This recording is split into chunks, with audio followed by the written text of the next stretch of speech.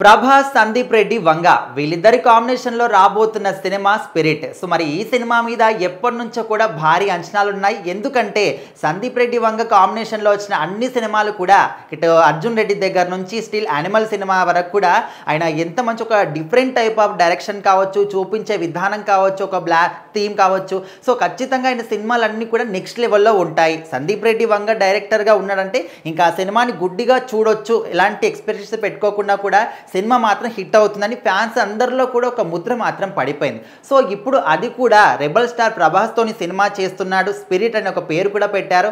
ఇందులో powerful police క్యారెక్టర్లో కూడా కనిపించబోతుందని తెలిసినప్పటి నుంచి అరే ఈ సినిమా ఎప్పుడు వస్తుంది, ప్రభాస్ని ఎప్పుడు చూస్తాం, పవర్ఫుల్ పోలీస్ క్యారెక్టర్లో ఎప్పుడు చూస్తామని ఫ్యాన్స్ మాత్రం చాలా అంటే చాలా ఈగర్గా వెయిట్ చేస్తున్నారు. సో ఈ రీసెంట్ టైంలో మనం చూసుకుంటే ఓకే ప్రభాస్ హీరోగా చేస్తున్నాడు, ఓకే ఇంకా నటినట్లు కావచ్చు, ప్లానింగ్ అంతా కూడా లొకేషన్స్ అంతా కూడా సందీప్ రెడ్డి వంగ చూసుకుంటున్నాడు. ఇంకా తొందరలోని సినిమా షూటింగ్ కూడా ప్రారంభిస్తారని తెలిసింది. సో రీసెంట్గా వినిపించిన న్యూస్ ఏంటంటే ప్రభాస్ పక్కనే హీరోయిన్గా బాలీవుడ్ సైడ్ నుంచి దీపికా పదుకొనే ఉంటుంది. ఇది ఆల్రెడీ ఆమె కూడా ఓకే చేసింది. ఇంకా సినిమా షూటింగ్ మొదలు పెట్టడమే మిగిలి ఉందని కూడా చాలామంది అనుకున్నారు. సో ఇప్పుడు తాజాగా వినిపిస్తున్న న్యూస్ ఏంటంటే హీరోయిన్గా దీపికా పదుకొనే కాదు, రుక్మిణి వసంత్ని సెలెక్ట్ చేశారు అని కూడా ఇంకొక న్యూస్ వినిపిస్తుంది. అయితే ఇక్కడ తనని చేంజ్ చేయడానికి కూడా ఒక రీజన్ అయితే ఉంది.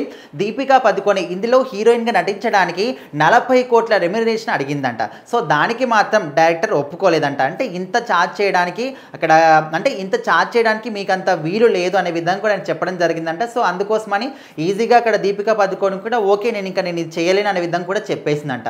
సో ఆ తర్వాత దీపికా పదుకొని నో చెప్పిన తర్వాత రెమ్యునరేషన్ దగ్గర తనకు అంటే కాంప్రమైజ్ కాలేదు కాబట్టి ఇప్పుడు రుక్మిణి వసంత్ని ఈ సినిమాలో హీరోయిన్గా చేయడానికి సెలెక్ట్ చేసుకున్నట్టు తెలుస్తుంది. సో మొత్తానికైతే దీపికా పదుకొని అనుకున్నారు కానీ తను కాదు, రుక్మిణి వసంత్. ఓకే ఎవరైతే ఏముందిలే ప్రభాస్ పక్కన ఎవరు చేసినా కూడా జోడీ మాత్రం ఖచ్చితంగా చూడముచ్చటగా ఉంటుంది. సినిమాని మాత్రం తొందరగా పట్టాలెక్కించండి, తొందరగా తీసుకురండి సామి అని ఇటు సందీప్ రెడ్డి వంగ అని ఫ్యాన్స్ అందరూ కూడా వేడుకుంటున్నారు. ఇంకా ఏదేమైనప్పటికీ సినిమా తొందరలోనే షూటింగ్ ప్రారంభం అవుతుంది.